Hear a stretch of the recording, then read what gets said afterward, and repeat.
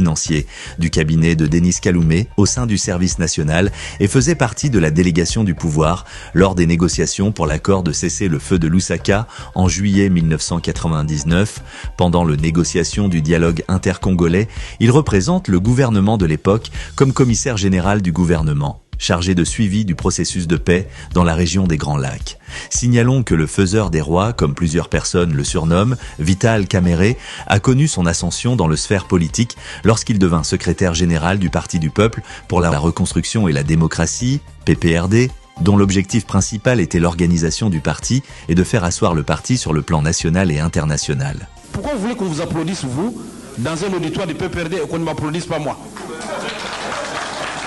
Il faut noter que Vital Kamerhe est parmi le rare secrétaire général qui a vraiment fait un travail remarquable au sein de ce parti politique et étant nommé directeur du campagne présidentielle de Joseph Kabila en 2006, Vital Kamerhe avait réussi à faire élire Joseph Kabila président de la République démocratique du Congo en 2006 et celui-ci fut élu président de l'Assemblée nationale et a apporté la flamme de la démocratie et de l'équilibre de la gestion de parole au sein de cet ensemble national. À cette époque, les Congolais suivaient avec passion le débat qui s'est déroulé à l'Assemblée nationale grâce notamment à l'intelligence et à la maturité de celui qui dirigeait le perchoir de cette institution.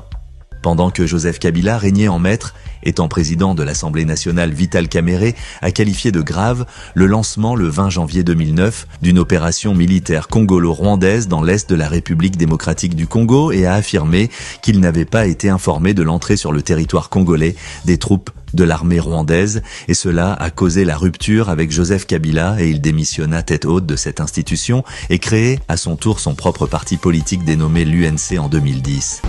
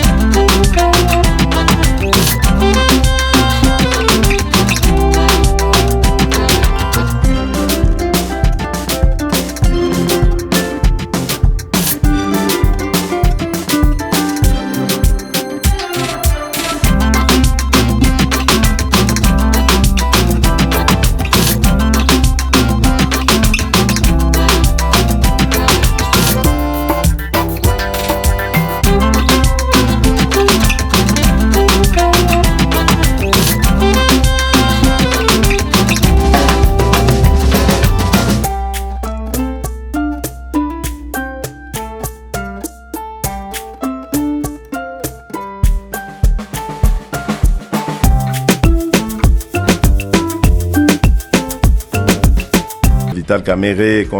les 100 jours seraient peut-être terminés. Il est resté attaché à son partenaire politique en 2023. L'UNC fait encore confiance à Félix Tshisekedi qui est réélu à sa propre succession et Vital Kamerhe assume la fonction de vice-premier ministre en charge de l'économie nationale et réussit à mettre fin à la crise des raretés des maïs qui avait secoué le Grand Katanga. Aujourd'hui, le plus grand souhait de tous les Congolais est de voir revenir Vital Kamerhe à la tête de l'Assemblée nationale pour faire vivre la démocratie au sein de cet hémicycle. Président de l'Assemblée nationale, félicitations. Mes respects.